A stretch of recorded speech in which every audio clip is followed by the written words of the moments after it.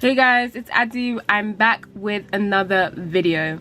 As you can see, it's another bright day, I guess. I mean, I'm looking outside this window and it looks a bit dead. But anyway, I hope you guys are doing well. I'm doing well. I had a good start to the morning. Yeah, I just felt the need to say that, I guess. I just wanted to make another book edition video. This is going to be my favorite books of tropes I hate. So let's just get into that, because honestly, I hate a lot of tropes. I feel like I hate a lot of tropes. Like it's just too much to count, really. But we're just gonna head into me giving you the books I love with tropes I hate. So the first trope is grumpy sunshine. I hate that trope, honestly. I detest, like, a strong word for hate. I'm just going with detest.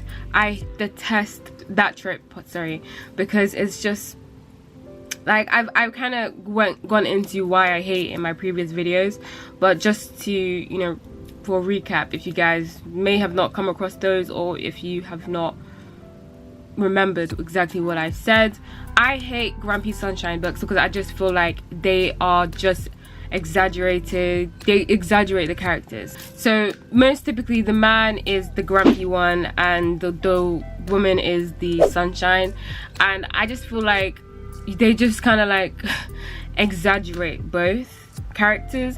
The man is overly grumpy. It's giving beast. It's not giving human being. That's my issue with that. Like, you can be grumpy, but you can also be respectful. You can be grumpy, but you could also be you could have some redeeming qualities about yourself.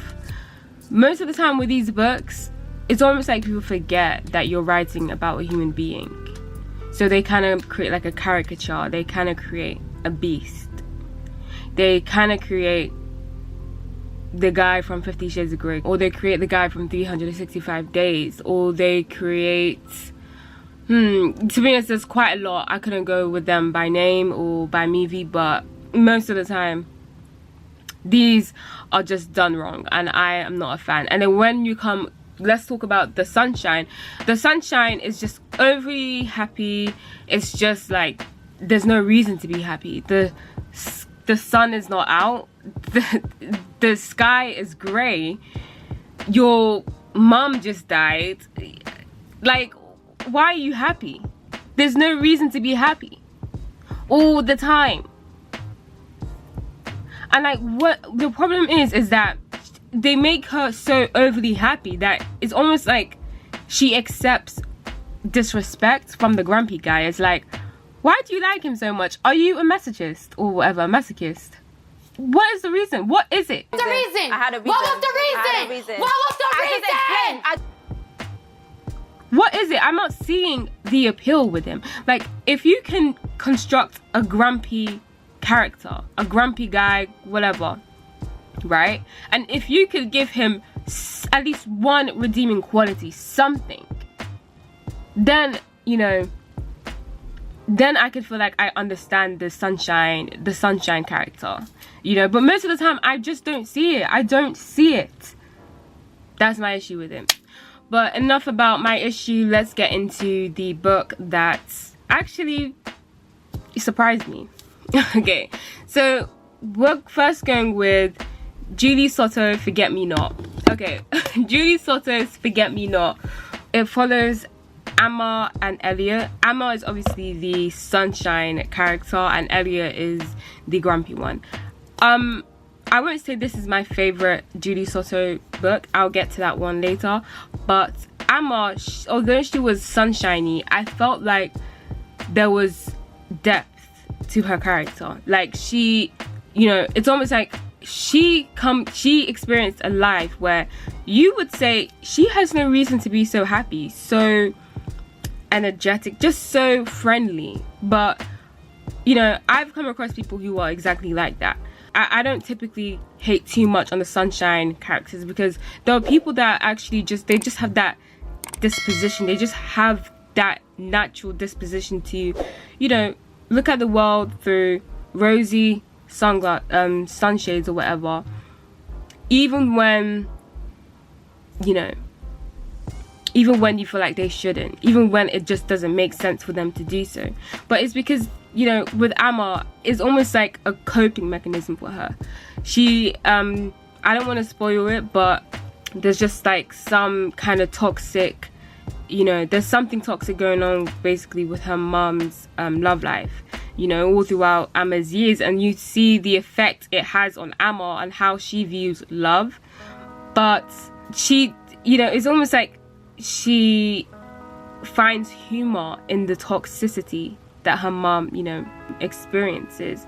You know, that's what I'm saying. Like, it's just more so like a coping mechanism, you know. And Julie Soto, she explores that and she reveals that, you know, she makes that clear to the readers. So that's why I really like the portrayal of Amma as the sunshine character, because it just makes sense. Basically, there's depth to it, there's nuance, and I just loved her character.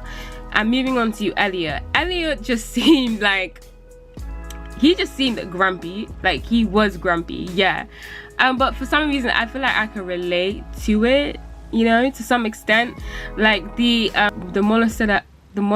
monosyllabic responses that he'd give, the grunts, it was low-key giving Beast. He was kind of like written as like to give, you know, not so much elaborate responses, you know, to Amma. But then you kind of see, you know, as the story progressed, as they got to know each other, you kind of see the walls being broken down with his character, you know. And generally, he is just not a friendly guy. He's not friendly to people. He's not friendly like that. But it kind of took, I guess, a lot for Amma to tear down his walls. And you really could say it didn't take too much from her, because she is just a friendly person, you know, in contrast to him. You know, I just liked the dynamic between them. I felt like it was very natural. It was very well fleshed out. And they were both humanized. You guys should read Forget Me Not, and maybe we could chat a little bit more about it. But Forget Me Not was a good read. It was a good depiction of the grumpy sunshine romance. The next novel that I have in mind for the grumpy / sunshine romance is Ray Lee's Saving Sunflower. I read this book years ago, like maybe like about, I would say 2 years ago.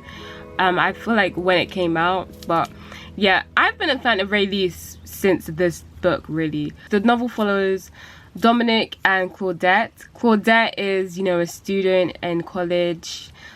She's very sweet. She's cute. She described it as very cute. She is also very driven. That's what I got from her. I wouldn't say she's overly happy, overly friendly, like Amma Torres in Julie Soto's Forget Me Not. I won't say that, but compared to Dominic, he comes from a rough, he comes from rough beginnings, you know, in and out of jail. You know, he's rough. Like, he's very rough. I just want to say that the characters for this novel, they stayed with me for some reason. I don't know why. I just feel like the portrayal of them, it was just very nuanced, you know. Like, you know, Dominic was very intense. Claudette, she was kind of naive. To be honest, not even kind of. She was really naive. Like, she was naive. She wasn't used to dating someone who came from his background at all. They come from very differing life experiences, and they also have experienced their fair share of trauma. So I don't know, I just really loved the depiction of this love story. You guys should definitely read it. But yeah, moving on. I want to say this is okay. No. I was gonna say this was like my most hated trope, but no, I think something else tops this. Okay, so we're moving on to forced proximity / fake dating, like a situation where they are forced to date maybe to avoid something, some impending consequence or something. But I genuinely hate this trope because it just never makes sense why they are forced together, you know? Like, okay, I get roommates, you know, but why do you have to fake date? Why are you forced to fake date your roommate? Why? Like, it just never is convincing, like, the reason. Like, that is my issue with this trope. It's more so, you just like him, so just come out with it.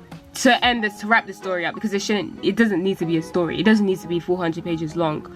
Although I like long reads, I like my long reads to make sense. And having your roommate, being forced to date your roommate because you want to make your ex jealous or something, like some stupid reason, it bothers me. It's juvenile and it should stay on Wattpad. It shouldn't leave that realm. It shouldn't. Okay, so despite all this, despite my hatred, my burning hatred for forced proximity / fake dating, the trope, I did fall in love with a book that has this trope, and it's called The Love Hypothesis. It was written by Ali Hazelwood. I'm a fan. Like, I was like, honestly, I was so surprised with how much I couldn't stop reading. I read it like last Christmas, and I was just my nose was up in my phone. Like, it was non-stop for me. Like, you could not get me up out of bed if I opened up the app and started reading. Like, you couldn't. Honestly, I was surprised. I've never read a STEM love story before. I've never. And it just like it revealed to me the intensity of that industry. Like, it really revealed it to me. I never knew that it could be cutthroat, but it's not a surprise really, because it's STEM. Like, you got a lot of competition there, and you've got a lot of toxic, you know, attitudes. Overall, I feel like the fake dating situation, I guess you could say, yeah, it's a bit juvenile, but this was a comedy, so I feel like it made sense why. And the way the character of Olive was very sweet. She was very sweet, like, she was cute, you know, honestly. She actually explained why she had to fake date Adam, who was almost like her senior. I think he was in a senior position to her, so it wouldn't have made sense for them to, you know, run in each other's circle. You know, they don't run in each other's circle, period. But it just so happened that she saw him, and I don't want to spoil it because it's just, yeah, I don't want to go too much, but it was a very random meetup, like a very random encounter that they both had, and she just took advantage of it. She used that opportunity to use him as her fake date, you know, yeah, as her fake date, I guess. So the reasoning behind it, although you could say it was juvenile, the way she argued for it, it made sense to me. It made sense to me, and I just went along with the ride. Like, I went along with it, you know. You could also say that Adam was a grumpy, you know, kind of character, and she was the sunshine. So yeah, it does have that grumpy sunshine aspect, that same trope that I mentioned before. But it was still bearable. It was more than bearable. It was good. It was a good read. So I definitely recommend it, and I hope you guys read it too if you haven't. The next book with the forced proximity fake dating trope is called The Rhythm of Blues by Love Belvin. I love this story, guys. Like, I came across, I think, yeah, this was the very first Love Belvin novel that I read in 2020. Like, oh my gosh, I loved it. I don't even, okay, Reggie is the guy, and Winter. See, I remember their names. Like, I read this book so long ago. I read it more than once though, so that could be right why I remember their names. But it's a book that I tend to keep going back to because it was just so good. It was just so good. honestly. It was kind of like music industry. Like Reggie is a singer, and he is obviously in the music industry. So the reasoning why him and Winter kind of were forced to fake dates, it wasn't even more than a fake date. Like, they married and everything. Like, it was that deep, guys. The pretense was that deep. And the thing is, yeah, is that you could see for real that these two did not have that romantic connection at all. Like, okay, compared to, I guess, the Love Hypothesis, Adam clearly had a crush on, like, he was feeling Olive, so that's why he went along with the fake dating. Olive didn't so much imply that she had any feelings for him until after, like, they got into the fake dating situation.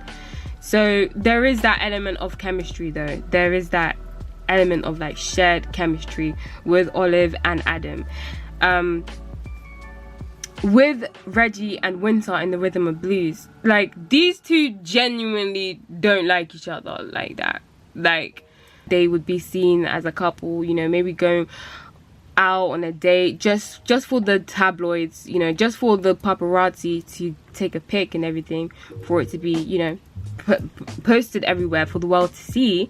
But behind closed doors, they would go their separate ways. They literally lived in separate wings of the same house. Like, that's how crazy it was. These two did not like each other up until, I guess you could say, the middle up until like the middle part of the book. It's quite a long read. It's a 2-book series, so there's a lot to it. You will see like the development in their relationship mostly in the second, but like, I just feel like you guys should give that book a read. It's a really good one. It's a really good forced proximity / fake dating situation. It's very convincing as to why, you know, they initiated this fake dating ploy, and it's really because it just really makes sense to me, because the industry, Hollywood, whatever, the music industry just seems like they do that anyway. Like, yeah, like, there's always some kind of like pretense behind the scenes that we're just not privy to as, you know, fans, as laymen, I guess. But I just want to say I love this book once again. Give it a read, guys. So the next trope that I hate, I want to say I don't hate this one as bad as the forced proximity fake. Actually, I think I hate them both the same extent. Yeah. Okay, so this one is the enemies to lovers or rivals to lovers, whatever. I genuinely don't like this trope. For a very long time, I didn't like it at all. That I don't think I even opened up a book that had that tag, that had, you know, that label on it. I wouldn't open up the book, even if it meant I was missing out on something. I didn't want to risk the possibility or the likelihood of me just not messing with it, not liking it, being I just couldn't. Like, I couldn't. The reason why is because, like, most of the time, the reason why they are even posed as enemies or rivals, it just doesn't make sense. Just say you want the guy, or just say you want the girl. If you want to make a fake date, or if you want to make an enemies to lovers type of story, create a convincing backstory as to why these two don't like each other. Make it convincing. Stop with the bullying from high school trope. Stop it.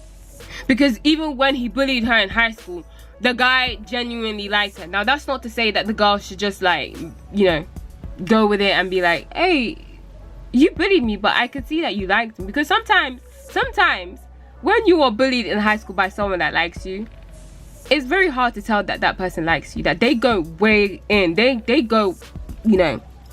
But why are you bullying her?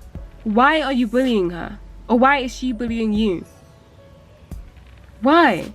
There's always something fetishized in this situation, and I feel like it's just the what is fetishized is the act of bullying someone, or I guess it's the vulnerability, you know, of the person that is bullied. The person who was bullied is just overly vulnerable, you know, and there's just like, bullying is a real thing, guys. Bullying is a real problem. Don't make it just so don't make it so poorly executed, because there's always that element of chemistry that is just, it's just written as to overpower the issues, the bullying or whatever. It's like we should root for them as a couple because there is chemistry, even though the guy almost tried to, you know, you, or he did something so heinous, something so bad to you, but it's because the chemistry is there, guys. Let them be. We should root for them. They are so cute. No, they're not. They're weird, and they need to be stopped. Stop with the bullying, you know, romance love stories. Stop with it. Stop. I beg of you, stop. Leave it on Wattpad. I think you need to leave it on Wattpad. Don't make it into some kind of live action Wattpad Studios movie too. Don't do that. Don't. Please. Anyway. Gosh, I'm pissed off now after talking about that. But anyway, my favorite book that had that trope, oh gosh, I really hate this trope, is Julie Soto's Not Another Love Song book. Had this trope, and I feel like it just was perfect. It was perfectly constructed, guys. She did her big one on this trope, because listen, so Xander and Gwen, they are both musicians and they are both a part of this orchestra. These are two very prestigious musicians. Like, they're very good at their craft. There's obviously that sense, that competitive, you know, spirit, I guess. There's that competitive energy. It's almost similar to the STEM industry, I guess. There's always going to be some competition involved. There's gonna be animosity brewing. There's gonna be jealousy, basically. So, you know, you see this reflected in the music industry. Someone who was upheld, someone who was promoted, they might feel envious of the next guy who seems like they are about to replace them. So there was elements of jealousy, you know, but you could see some aspect of chemistry between these two characters. You know, amidst all this tension, there was a sexual tension, but it's almost like as soon as they kind of explored it, once they explored that chemistry, all of that enemies, all of that, you know, rivalry, I guess, it kind of dissipated, especially on Xander's part. Like, his nose was all up in her behind. Like, that's how bad he wanted her, you know. I don't want to go too much into the story. I might have to read it again, honestly, because it was a good read. But my love for that story, it's just the appreciation, I guess. I just highly appreciate the way the rivalry was constructed, the way it was established. It's because of the industry that they are in. It's very competitive, it's very cutthroat, just like the STEM industry. So that is bound to produce some element of rivalry between these two characters. So I get it. I felt like it was convincing. It was a good read, guys. Yeah. Anyway, my next oh my gosh, this is my favorite. I think this has been one of my favorite reads of all time. Another Love Belvin novel. It's called My Muted Love. It's another series. Love Belvin is the queen of series, guys. Like, if you're into series, just read all the Love Belvin. Just read it. Honestly, My Muted Love, I think it's my favorite Love Belvin series ever. Like, it's my favorite read from her. Okay, so My Muted Love, I've read this more than once. It follows Ashton and Tori. Tori is a freshman and she comes from a rough background, just like Dominic from Saving Sunflower. She comes from one heck of a background, guys. Like she's gone through it. She's lived multiple lives, you know. She is just scarred. She has trauma. She has baggage, guys. And she's a freshman. She just entered her freshman year of college at a prestigious black college, and she actually got a sponsor. I don't what is it? I forgot what it's called. She was given a sponsorship to study at this university because of her craft just because of her skill in the sports boxing. She is a very good boxer. You know, obviously that stems from her rough upbringing. She had to fight to make it, you know. She had to fight to survive, really, in her environment where she was raised. So you can see that trauma there in her character, and you can see how that would kind of make her not so pleasant to make friends with. She was a very tough shell, really. And you know, with Ashton's character, he was a senior, and he was almost like the golden child or whatever of this university. Like, he was the poster child for this university, for this college, you know. So you can see like the differing receptions to both these characters. Mostly people flocked to Ashton's character, where with Tori, not so much. Like, she was almost immediately written off by most of the characters in this novel, in this series, and that was because she was a tough shell. Like, she was very hard to make friends with because of her upbringing, because of her experience, right? With Ashton and her, you can see the conflict already when they first meet, when they first interact. However, it's almost like a forced proximity trope too.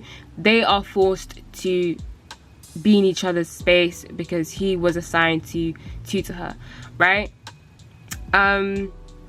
Like, you know, obviously they immediately did not like each other, but the way Love Belvin wrote the story, you can see the changes in their, I guess, in their relationship. You can see the change, you can see the development in their relationship. They first become friends before they become lovers, before they develop that romantic, you know, bond. And that's what I love. I love that, you know, it doesn't skip from enemies to lovers. No, that is not realistic, or that is just not enough for me. I want depth. So you first see the transition from enemies to friends, and then to lovers. You know, that is what the story is to me. And like, I just loved this read, guys. I loved it so much. Like, and the thing is, yeah, is that I won't put it in the box of enemies to lovers or forced proximity, nothing like that. I won't do that, you know. And I think that is the common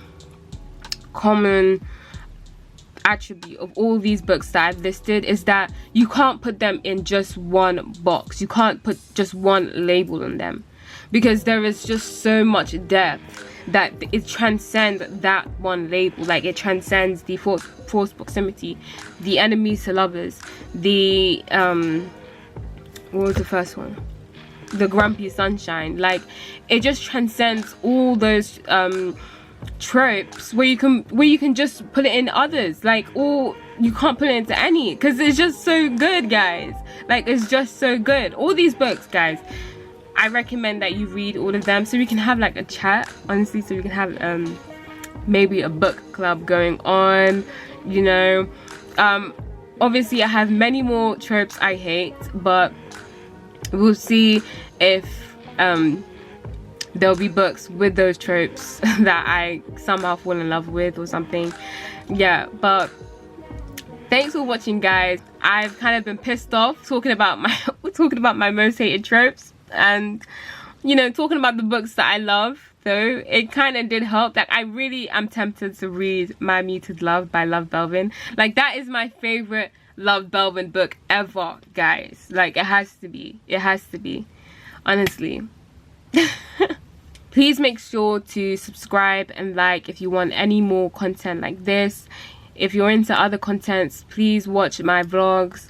I have got upcoming vlogs. I've got other video ideas, you know, that I plan to deliver to you guys. But just please make sure to like, subscribe, just to not miss anything, guys. But yeah,